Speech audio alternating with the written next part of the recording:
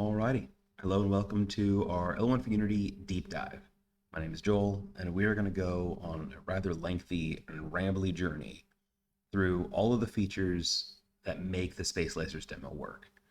When we package up the L1 For Unity process and distribute it, it will include the Space Lasers demo. So basically this project is what you're going to get. And what I want to take the time right now is to go through all of the scripts that make this project work. This will not be a deep dive over every single script in this package, but I want to show off the underlying mechanisms for how we got the smart contracts in place, how they're interacting, how we use the Lamina 1 connections, and let's just get into it. It'll become clear as we go. But this is going to be a longer video. It's going to be a code-specific video. And because there's so many working parts, we're going to be bouncing around from script to script. So I'm going to try to be clear. I'm going to try and give time to each script that is necessary, but there's, like in any program, there's lots of interconnected pieces, and we're going to go around and talk about each one as they come up. But just to get the ball rolling, let's kick things off with our first start page. So we're going to click login. We're going to bring us to the setup page. I'm going to pick the Unity SDK, put my key in there, but before I click login, let's talk about how this panel works. So you can see here, this is actually the prefab is called Setup Marketplace. We're going to take a look at this script itself. So we have an input field for the private key, the drop down to pick the subnet, a list of buttons that need to be enabled, and a list of buttons that need to be disabled. And of course, the setup process, you pass in what buttons you want to turn on and turn off. And I can actually show you over here in the main menu panel. This is the panel that we first looked at. When you click on that login button, we're going to open up that setup with private key panel, and we're going to pass the logout buttons and the login buttons, which are two lists I've pre-specified for what buttons I want to turn on and turn off. This is why when you log in, you'll see the marketplace panel button and the inventory button, and the login button will disappear. That's just all I'm doing with that. So setup dropdown. Every one of the items in this dropdown, we go back to the game view, is data driven. So with the exception of the first one, which is defaulted in there. The idea here is that if you have a custom subnet or multiple custom subnets and you want to allow for users to pick which network they want to connect to, you can specify that via these subnet data objects. So we just have the one here for the Unity SDK subnet. And of course, there's the subnet name, the subnet ID, the blockchain ID, the chain ID, and of course the token symbol. And when you select these, you can see down here, it's updating. This is what the C-chain URL is now looking like. And this is what the SDK currency is currently looking like. It just updates the symbol for us. Let's go back over here and look at this a little more closely. So this is just setting them up. It's going over to my subnet data manager. It's loading all those subnet data scriptable objects I just showed you from a resources folder called subnet data and just putting them into this list for me. And then later on, I'm going to be able to call this method to go and get the subnet URL or get it by name or get it by ID. There's a bunch of different methods I've added to this class to let you fetch information from these subnet data objects. So let's come back here to our setup dropdown. Now, when you click on one of those dropdowns, if the dropdown value is 0, that's the defaulted Lamina 1 testnet. And then we're going to go to our ETH class. We're going to reset the chain RPC. Let's peek at this for a moment. So this just sets the C-chain RPC to the base one, which is hard-coded right there to be our Lamina 1 testnet C-chain. And of course, the currency symbol goes back to L1. But you can see here, you can set the chain to whatever you want it to be, and you can set the token to be whatever you want it to be, and it will save those variables right there. So you'll see when we actually select one, we're going to go to the subnet data manager. We're going to get the URL by name. We're going to pass in the selected subnet name. And we're also going to go and grab the token symbol from getting the entire subnet data object and pulling out the token symbol. So we have the URL and the symbol. And then here we see the calls to the ETH class, setting the current chain symbol and setting the current or the RPC URL and the token symbol. Then when you click the button for let's do it, you click login with private key, it brings us back to the main menu, but now those two buttons are there. Let's look at what's happening under the hood. So our Web3 Utilities class is a big wrapper around lots of common Web3 functionality. Right now, this is primarily focused around Ethereum. So we have the Ethereum account, the Ethereum Web3 object, and we initialize it with a private key at the moment, and then we create those accounts and we send off an event. The Web3 has been initialized. I'm not going to go over the event system in this video, but this is a system that allows us to send custom events around the app. So we initialize it, change out the menu buttons that I described earlier, shutting off the disable buttons and enabling the enable buttons.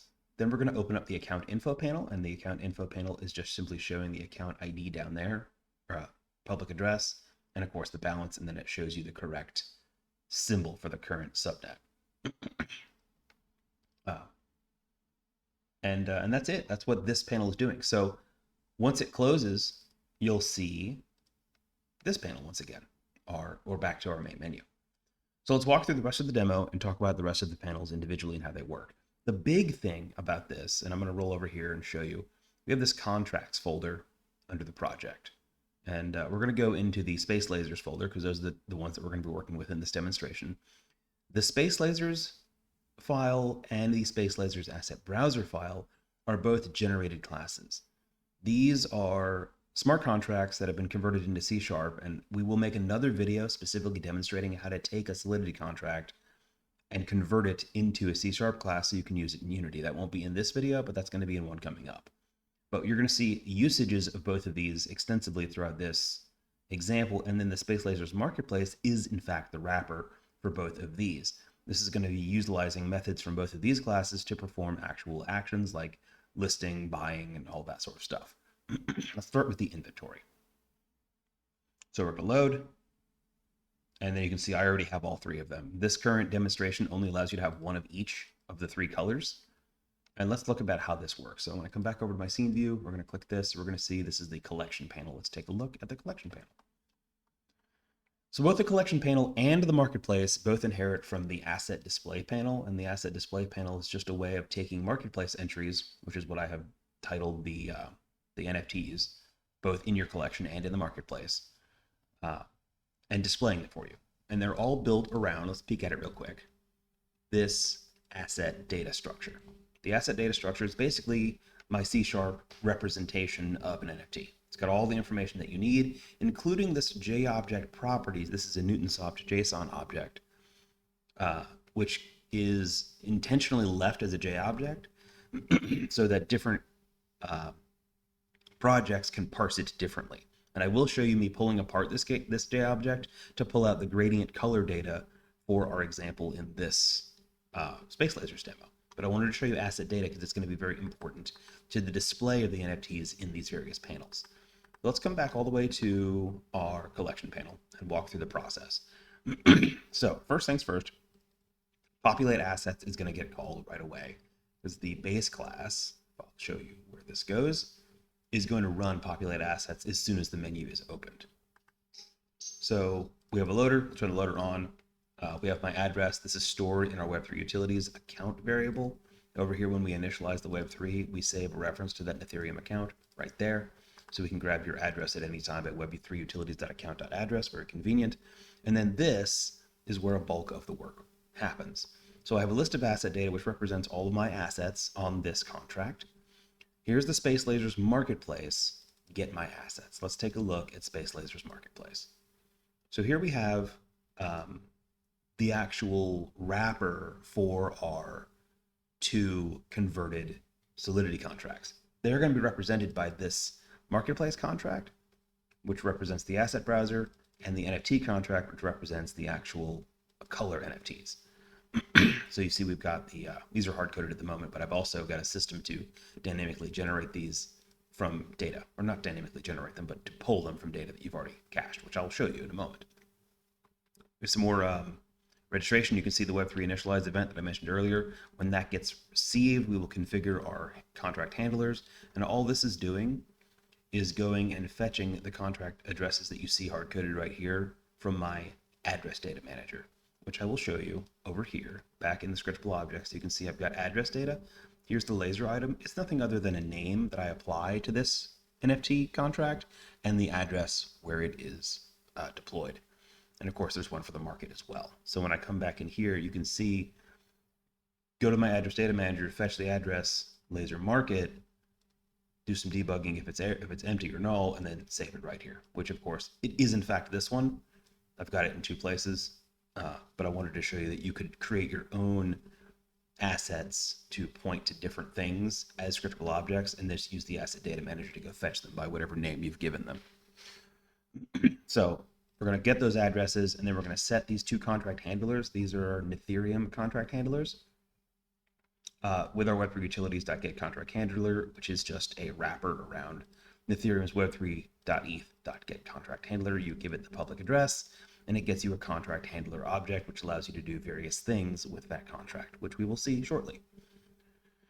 So that is get addresses. That is the initialization process. Let's go back to the collection panel and see where this goes. So that was the initialization of the Space Lasers Marketplace. Let's take a look at the Get My Assets method specifically. So you give it your address, and it's going to go through all of this business, and we're going to walk through it, and fetch you your NFTs on the marketplace in question, right? So this, of course, is in the Space Lasers Marketplace script. So we're going to go to our instances NFT contract. This, of course, is the NFT that we're working with, our color NFTs. We're going to go see how many you've got. Then we're going to go through all of those and keep a track of your address, which of course is passed in right there, and the ID of the address. And there are only 3 of these. There's 0, 1, and 2 are the IDs that we have for these 3 colors. So we're just going to loop through them all and grab all 3 IDs. Here's the conversions for those, and just debugging out the addresses and the token IDs. Now we're going to go see how many of each one you've got. We'll do balance of batch. We'll pass in all the addresses that we just bundled up for you here, which is really just one, which is ours for each one, and then the token IDs for each one. And then we will hold off on that for a second. We're going to loop through it here. We're going to create an assets list, because this is how we're going to display them. We'll loop through all the balances that we just got from balance of batch, and go through each one and get a token URI. Here is a wrapper for the smart contract. You can see there's the NFT contract in question. And we're going to use the URI function. This function is part of the Space Laser generated code. This is generated code from the smart contract. So we're not going to go over this whole thing, but we're going to show you the use cases of each one. But what I will show you is at the top of these generated lists, or generated C# classes, it does show you an example of how to use each one of the functions. And when we do the video that shows you how to actually generate this, it'll become even more clear. But for now, we're utilizing one that we've already generated. So there's the get URI. Then we got the token URI. We do need to do some conversion from IPFS as necessary. So if this is an IPFS URI, we will use the Web3 Utilities convenience method here that will convert from IPFS as necessary. It's just built in. You can use it as you need to. A lot of NFTs need this. Next, we're going to go and fetch the metadata. So we're going to go take that token URI, do a get JSON. This is a Web2 utilities call. We have a Web2 utilities class as well, which is just sort of basic web calls. So you can see how you can get a sprite if you want. You can get some JSON data. You can post some JSON data. And of course, there's just some convenience methods in here as well. Just wanted to show it off real quick. So this right here is going to be our token metadata, which we're going to use to generate our asset data. Part of it is going to come from what we've already assessed. Like, here's the asset data we're about to create. The token ID is going to be the index of this list because it's 0, 1, and 2. Obviously, the contract address is going to be the instance's item address. Once again, that's going to be the NFT address that's connected to this script. I'll actually show it to you once again. This one up here, the one that we did from getting the addresses earlier. Now we're going to deserialize the token data, metadata into this JObject. And from that JObject, we can actually pull out the rest of the information.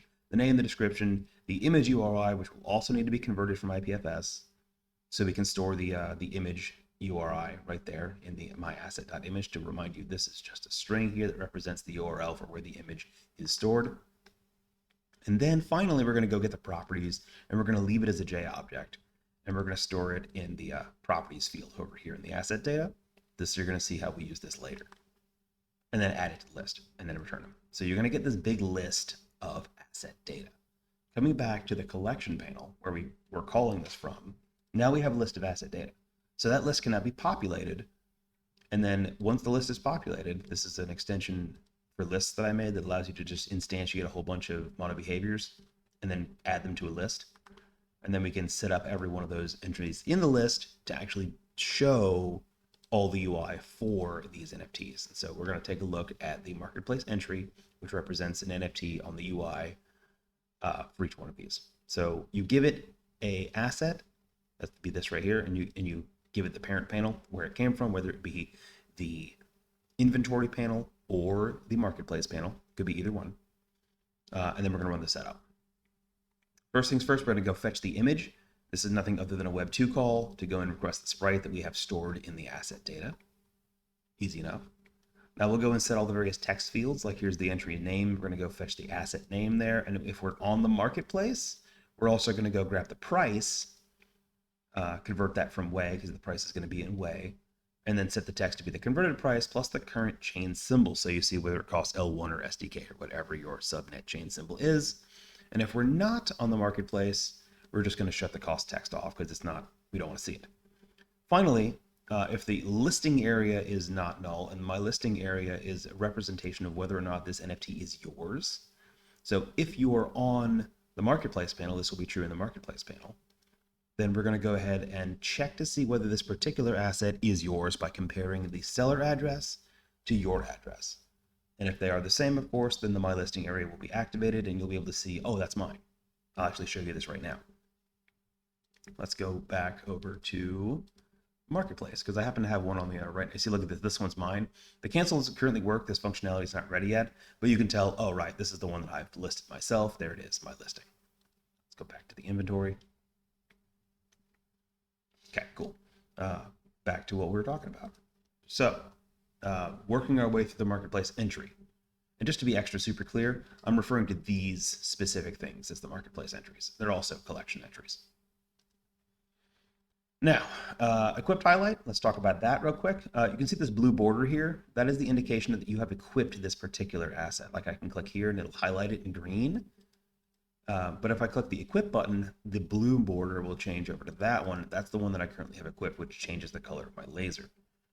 So in here, if the equipped highlight's not null, we'll check my save load utility to see whether or not the asset is currently equipped. This is just me using Unity's player pref system to save some strings. The asset name in question and the serial or the stringified properties JObject. So I can fetch those in and out. I can go and get the currently equipped asset. I can also go and get the properties from the currently equipped asset. I can save it, and of course I can, I think there's a reset in here. There's a reset as well. Cool. So I'll go and check to see if the currently equipped asset is the one that I have right here. And if it is, we'll turn on the equipped highlight, otherwise we'll turn it off. We talked about this. Select and deselect, and just turn on those highlights. Equip is going back to the save load utility that I just showed you and saving that in the player prefs. Unequip turns the thing off. And of course, on pointer click, the Unity callback goes to the parent panel and says on entry selected, which then says, hey, go through all of them, check to see if they match the one you clicked on, and either select them or deselect them as necessary. And you can see here, cancel listing is not quite done yet. So that is one of those entries in the marketplace, but we're not done. Back to the collection panel. So that happens right away. As soon as you come into the collection panel, it just generates all of the NFTs and shows them to you right away.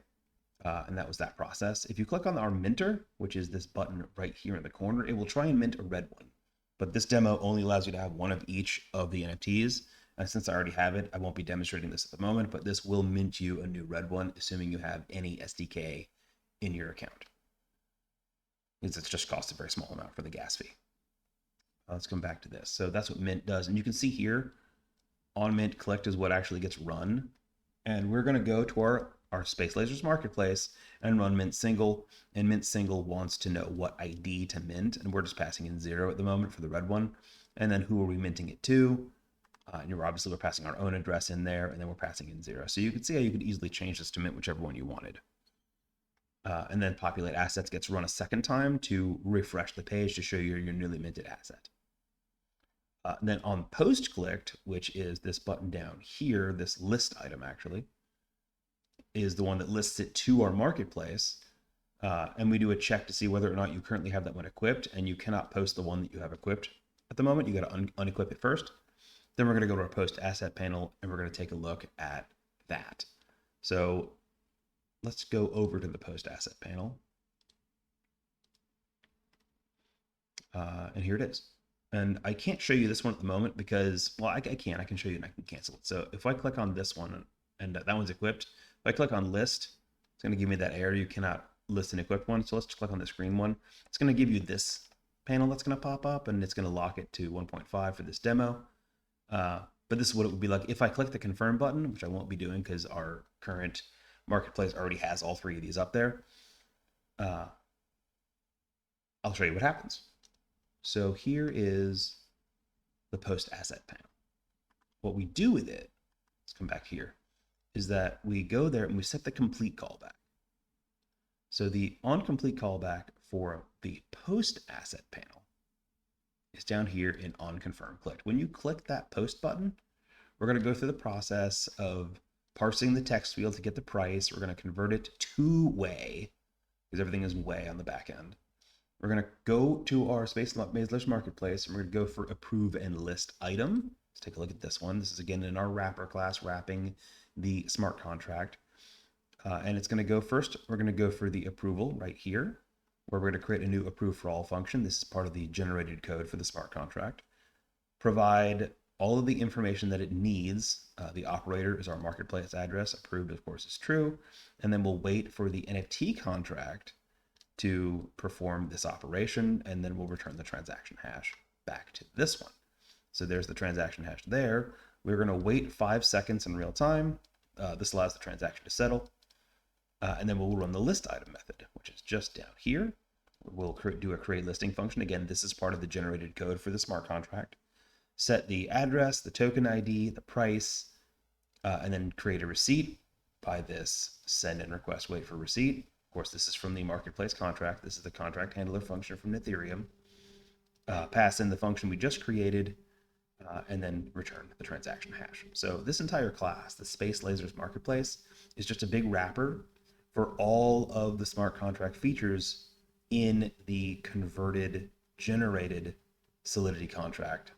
That is, I'll show you. That's not what I wanted. I wanted to go to definition. Over here, Space Lasers Asset Browser.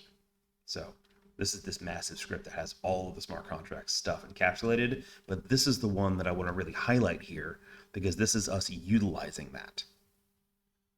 Let's go back to where we were, over in the,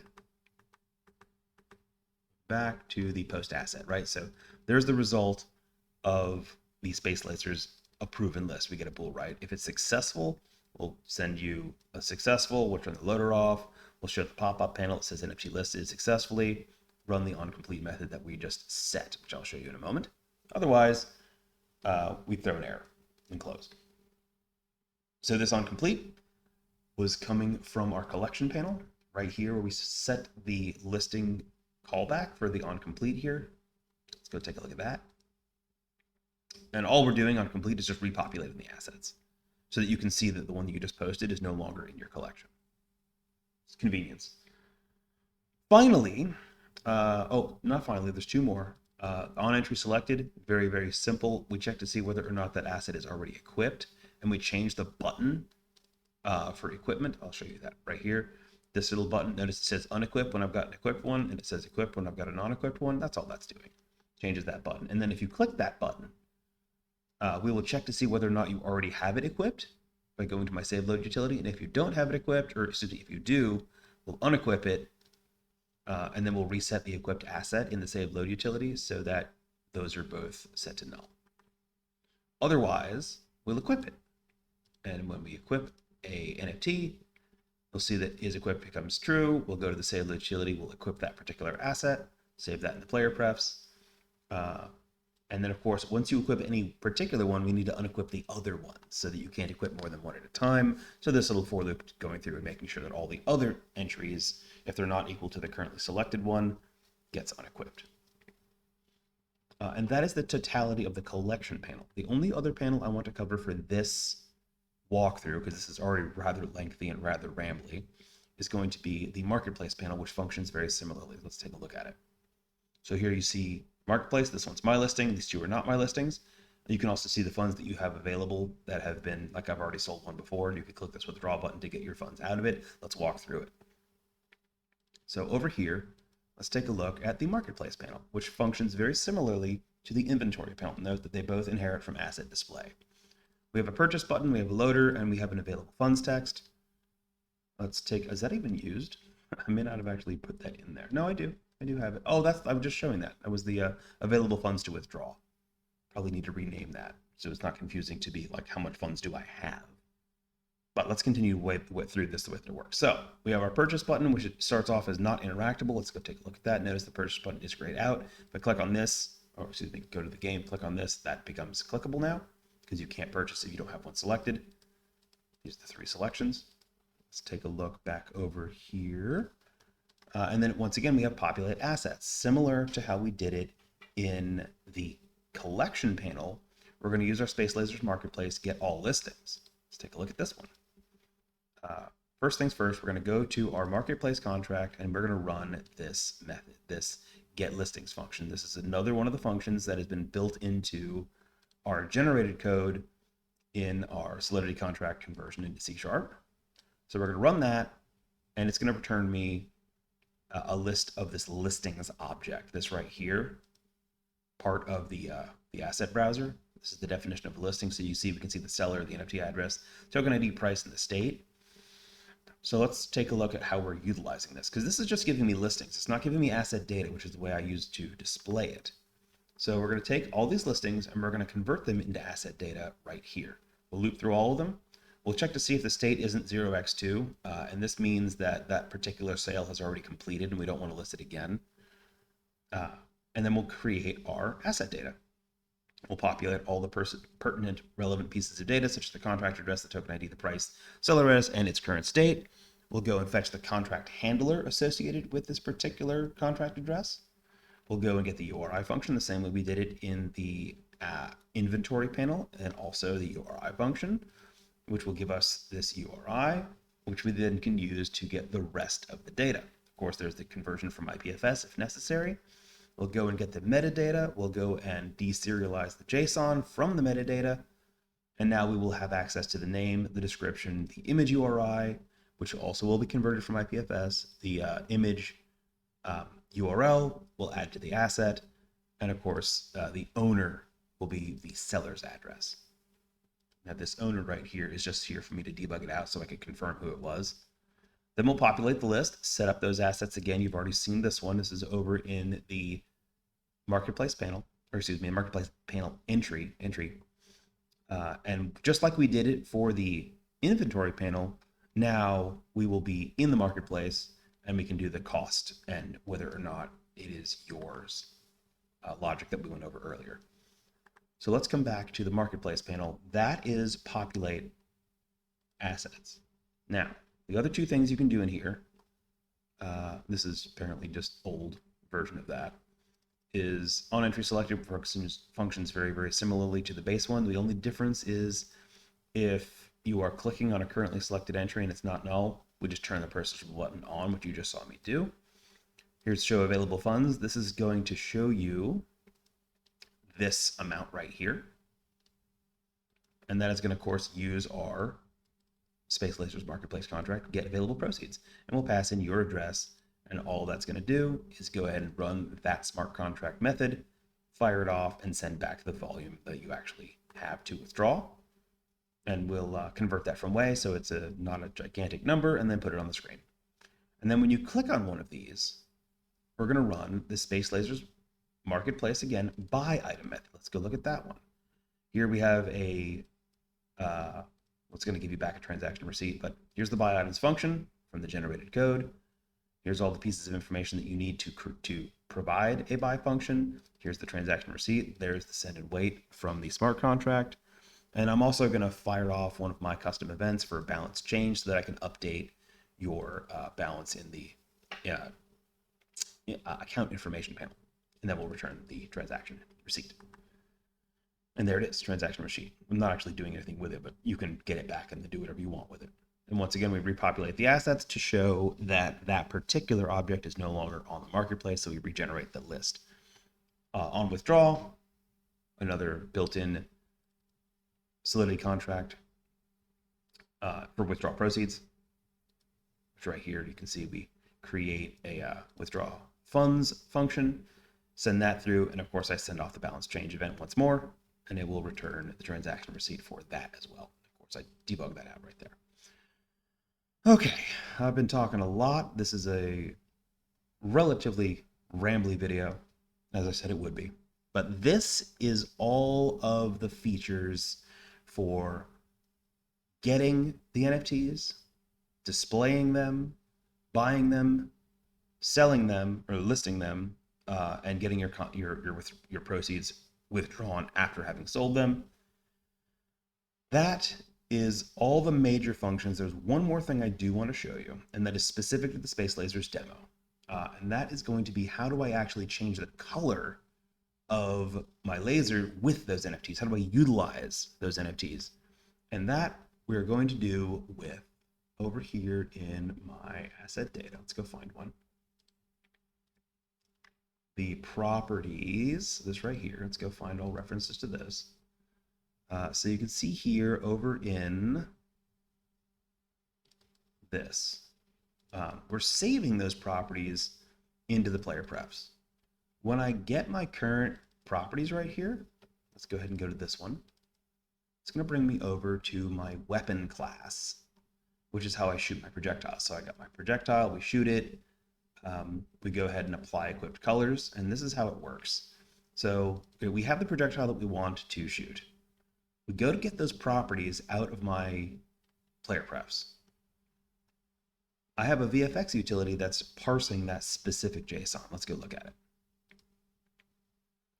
So first of all, we're going to deserialize this into gradient data, which is just all the color keys and the alpha keys necessary to produce a Unity gradient. So once I've built this gradient data, I can turn it into an actual Unity gradient by my VFX utility.createGradient, which will take all that gradient data, run it through this, and parse all that information back down into actual color keys and alpha keys that Unity needs to create an actual gradient, which will then run this. And here you can see it. Here's the new gradient. Here's the set keys, the color keys, the alpha keys, and we're returning the gradient. So there's a lot of overloaded methods in here and a lot of different ways to do this, but it is all the same stuff. So let's come back to where I first called that from, which was over here in our weapon. So we go and fetch those properties that already saved JSON data. We use that JSON data to create gradient data. We use the gradient data to create an actual gradient Unity object, and then we will use the VFX utility to change the particles on specific parts of my bullet. So I have in my projectile script particle systems for the trail, particle systems for all these various pieces, and for the example, I'm just changing the trail glow and the trail colors, and all it's doing is coming in and taking that particle system, the Unity particle system, getting the color over lifetime component from it, and then changing out the gradient. So it's a lot of steps from taking JSON data to converting it into Unity gradient data, but that's really where all the magic ultimately happens. There's quite a lot that happened before that. We walked through all the NFT stuff, but at the end of the day, I saved those properties right here, these. Let's go take a look at this one more time. So this asset JSON is nothing other than the properties field, this J object, that's not anything other than a JSON blob, stringifying it, and then reparsing it back into the Unity classes that I wanted, specifically for this lasers demo. I think that is going to do it for this exceptionally long video. I will make more videos over certain portions of this content as requested. If there's something you want me to deep dive into, I'll be happy to do it. But the point of this video was to talk about from point A to point B. First, we got some smart contracts. We've converted them into C# classes. We wrapped them in this Space Lasers Marketplace class, which we'll just quickly look over one more time. How you've got mint, approve and list, approve, get all listings, get my assets. These are all the things that you need. Get the URI, get balance of batch, how many of this thing do you have?